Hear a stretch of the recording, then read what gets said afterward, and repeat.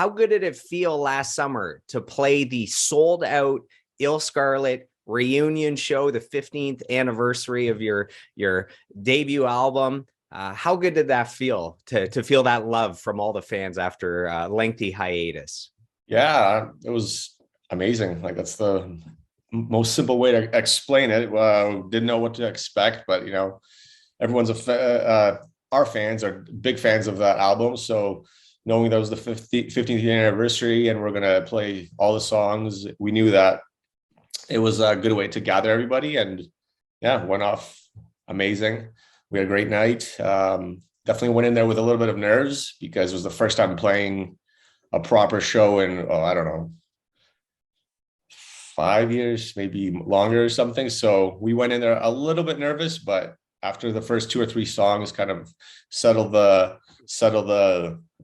anxiety and just ripped it. So it was you guys had a lengthy hiatus, but you mentioned it had been about 5 years. So had you played like a one-off show here or there? Yeah. I mean, we honestly, it's even hard to keep track. I was talking with the guys the other day and we were talking about last time we wrote a song or this, so it was someone threw out 8 years and I'm like, 8 years? Was it been 8 years? And when's the last show? And kind of like everything is mashed into the matrix. I have no idea exactly how long we haven't played, but it was definitely at least 5 years, and honestly probably longer. Who knows? And how much did you guys have to practice to be ready for this reunion show? Yeah, we were pretty diligent for 2.5 months before. It was kind of like let's figure out a schedule because everybody's spread across Ontario. One guy's in Montreal, and all of us are kind of all over Southern Ontario. So it's like every 2 weeks we made it that we'll do a whole weekend, and that's what we kept going leading up to the show with like a little warm-up show in Ottawa. And when you guys got together and jammed for the first time after years, was it like just a little rusty, or did it was very rusty? Yeah. Okay, so there's a big difference between that first practice and then the show itself. Yeah, and even going into the show, where like as the practices got better, it's still in the back of my head, it's still not a show, because then you have that like natural what's the word for it? Like all the adrenaline that hits you as soon as you get on stage, and you have all the people like expecting a show and stuff. So like automatically everything gets heightened, and I find myself behind the drums, like I'll play almost too hard for the first little bit, where I gas myself out, and that's exactly what I did. And same with Alex. Like after the second song turned around, there's like panting, trying to kind of like do some quick breath work, drink a beer or something, just chill. We got to chill because the show just started. But yeah, ideally I would have liked to have like a week worth of shows leading into that show, but just didn't like work out that way. So I don't know, seems like it was pretty positive for everybody that came out. So during those practices where there's the nerves, you're feeling the adrenaline kick in.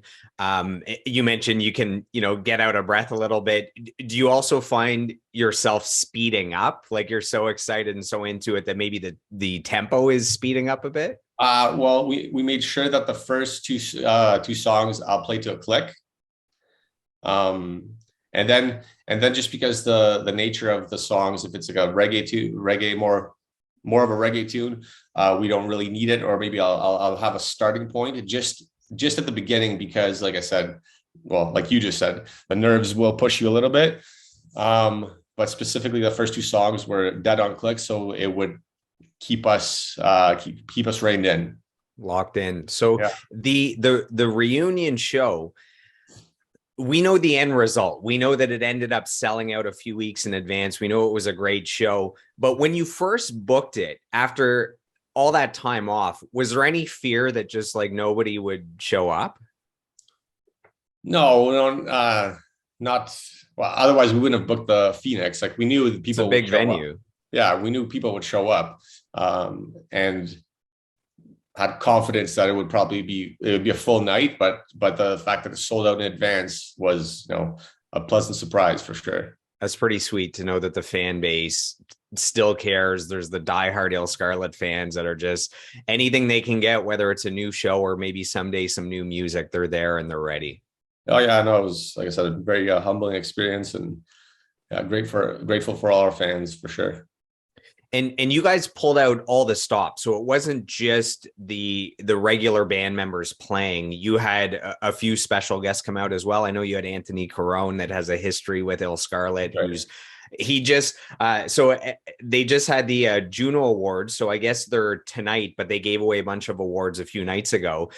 The Arkells, to show the success that Anthony and the Arkells have had, they just won a record-setting 6th Group of the Year award. So if you just win 6 Junos, you're one of the most award-winning groups ever in Canada with 6 wins. They have 6 wins just in the Group of the Year category. So no band in Canadian history, not Blue Rodeo, not Tragically Hip, not Nickelback, has more Group of the Year wins. So can you talk about bringing out bringing out special guests for that show and what that meant to you to have guys like Anthony Carone come out?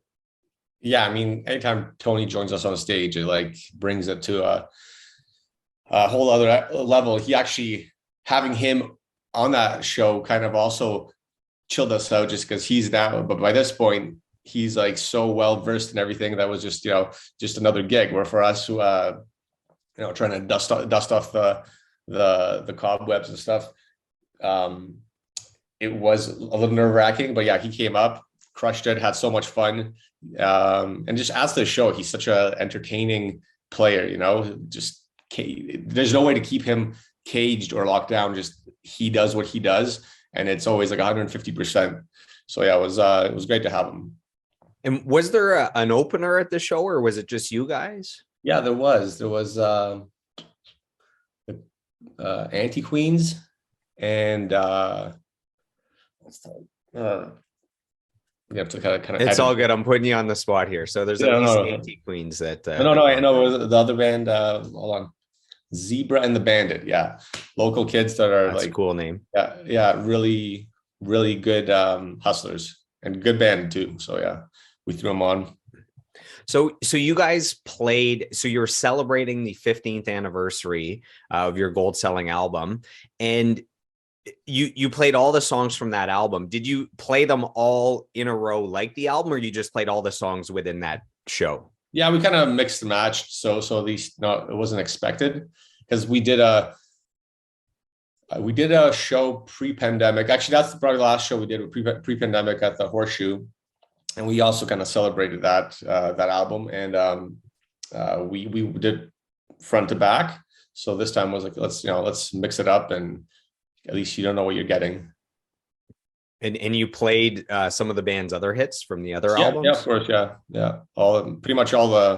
We played the EP that came out before All Day With It, and then a couple other things I think threw in a cover too. That was a good night.